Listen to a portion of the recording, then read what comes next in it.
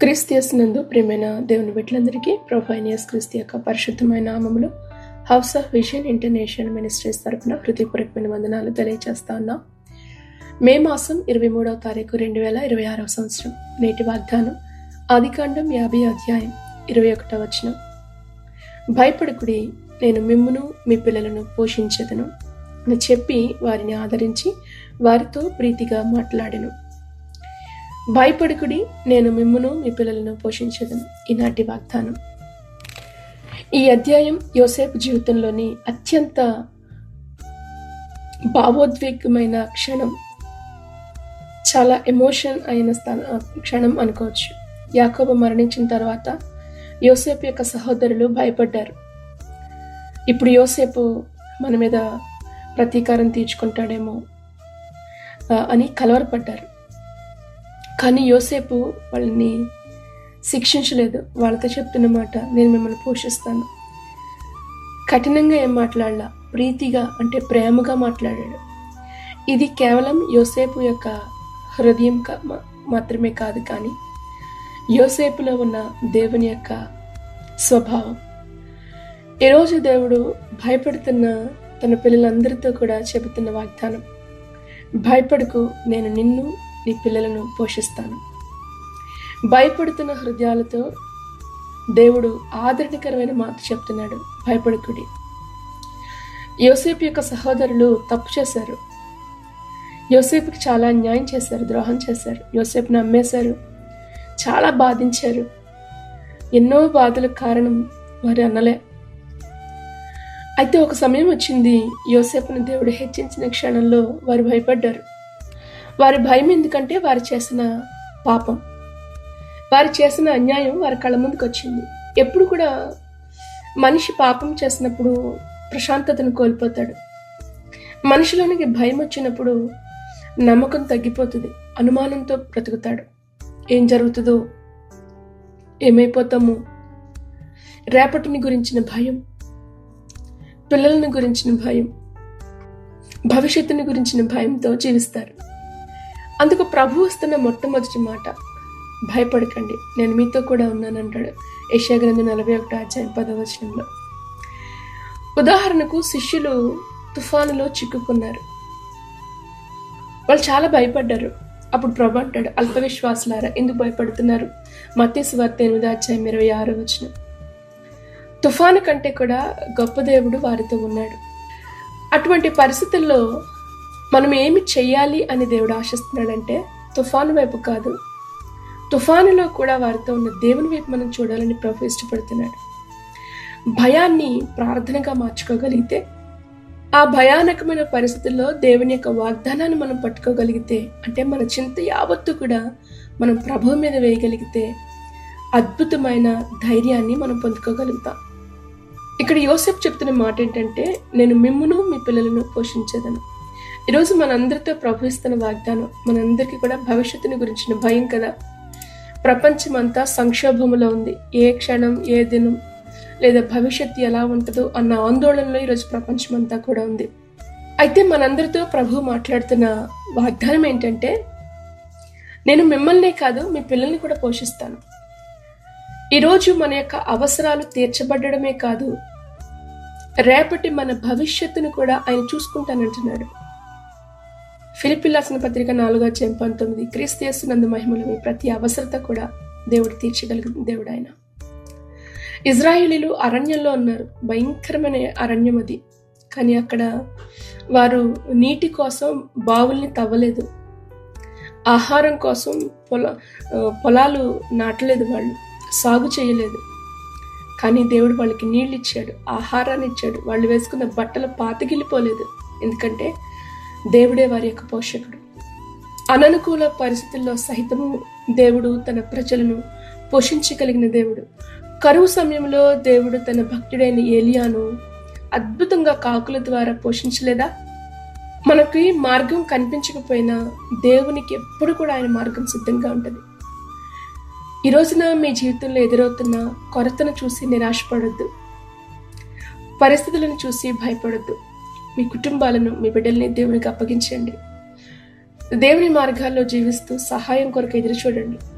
దేవుడు నీతిమంతుల సంతానాన్ని ఎప్పుడు కూడా విడిచిపెట్టనని వాగ్దానం చేస్తున్నాడు కదా.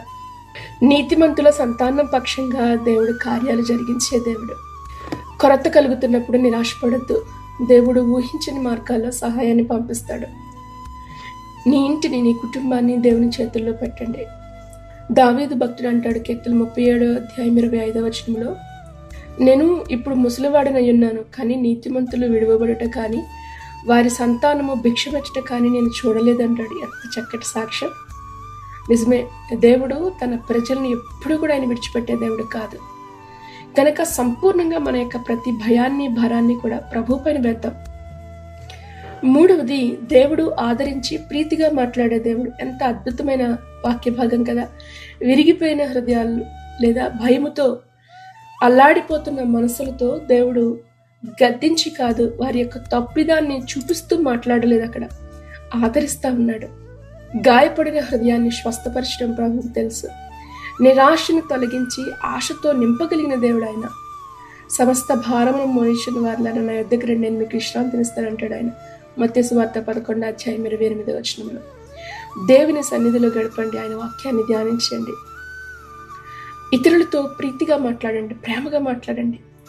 సాత్వికమైన మాట తేనెపట్టు కంటే రుచి కలిగినవి కదా. అది ప్రాణాన్ని, ఎముకలను కూడా ఆదరించి ఆరోగ్యాన్ని కలుగజేసేది. కనుక ప్రేమతో మాట్లాడదాం, ప్రీతితో మాట్లాడదాం. ఈ రోజున నిరాశతో ఉన్న నిన్ను దేవుడు ఆదరిస్తున్నాడు. ఆ ఆదరణ ఇతరులకు చూపిద్దాం. ఈ రోజున చాలా మంది మనుషుల యొక్క మాటల వలన గాయపడుతూ ఉన్నారు.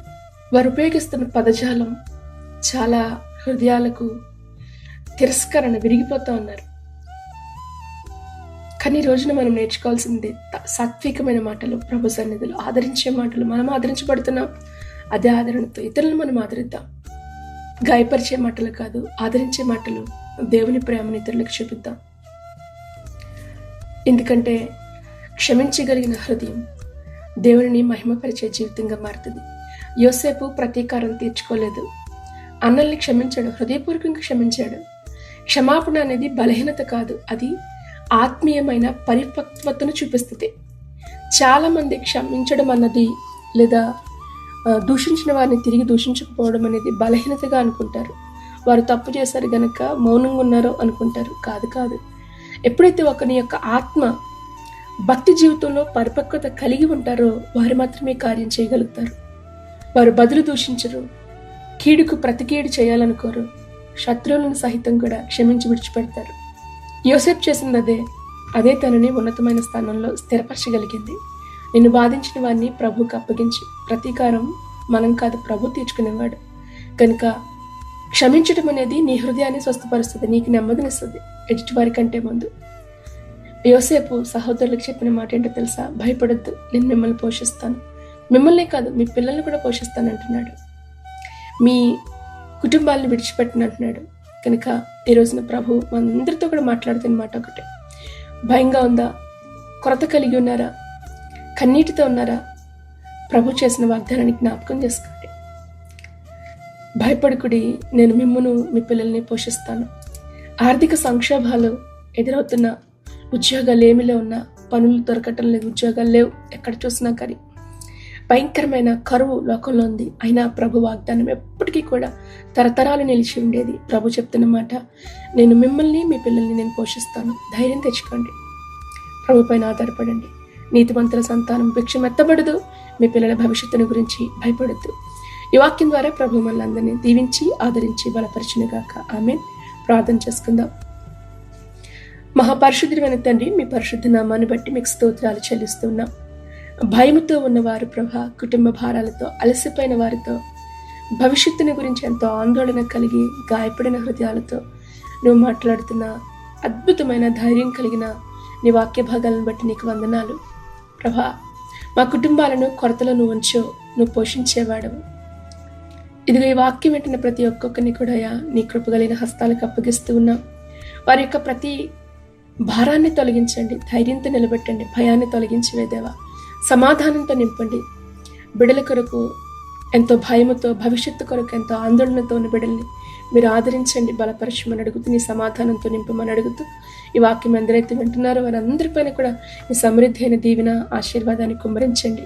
కుటుంబాలలో నెమ్మదిని, సమాధానము దయచే, సహోదరుల మధ్యన ప్రేమతో ప్రభా మీరు నింపి నడిపించమని అడుగుతూ, వాక్యం వింటున్న ప్రతి ఒక్కొక్కరికి కూడా నీ శక్తిని, నీ ప్రభావాన్ని విడుదల చేయండి. నీ మహిమ కలిగిన కార్యాలు చూడగలగడానికి నువ్వు సహాయం చేయమని అడుగుతూ, అభివృద్ధిలోనికి తీసుకుని రండి. ఫలింపు వారి జీవితాల్లో మీరు దయచేయమని ఈ దినం ప్రత్యేకంగా ఇదిగో ప్రభావం పుట్టినరోజులు, పెళ్లి రోజులు చేసుకుంటున్న బిడ్డలను బట్టి వందనాలు. నూతన సంవత్సరం దయాకిరీటంగా వారికి అనుగ్రహించిన దేవుడా, నీ కృపను విస్తరింపచే సంతోష ఆనందాలతో నీ బిడ్డల్ని నింపి నడిపించమని అడుగుతున్నాం. ఈ సమయంలో ప్రభా ఇదిగో వారు ఆరంభిస్తున్న మరి ఉద్యోగాలు, వ్యాపారాలు, నూతనమైన కార్యాలు ఎవరైతే ఆరంభిస్తున్నారో వారందరి చుట్టూ నేను కంచివేయండి.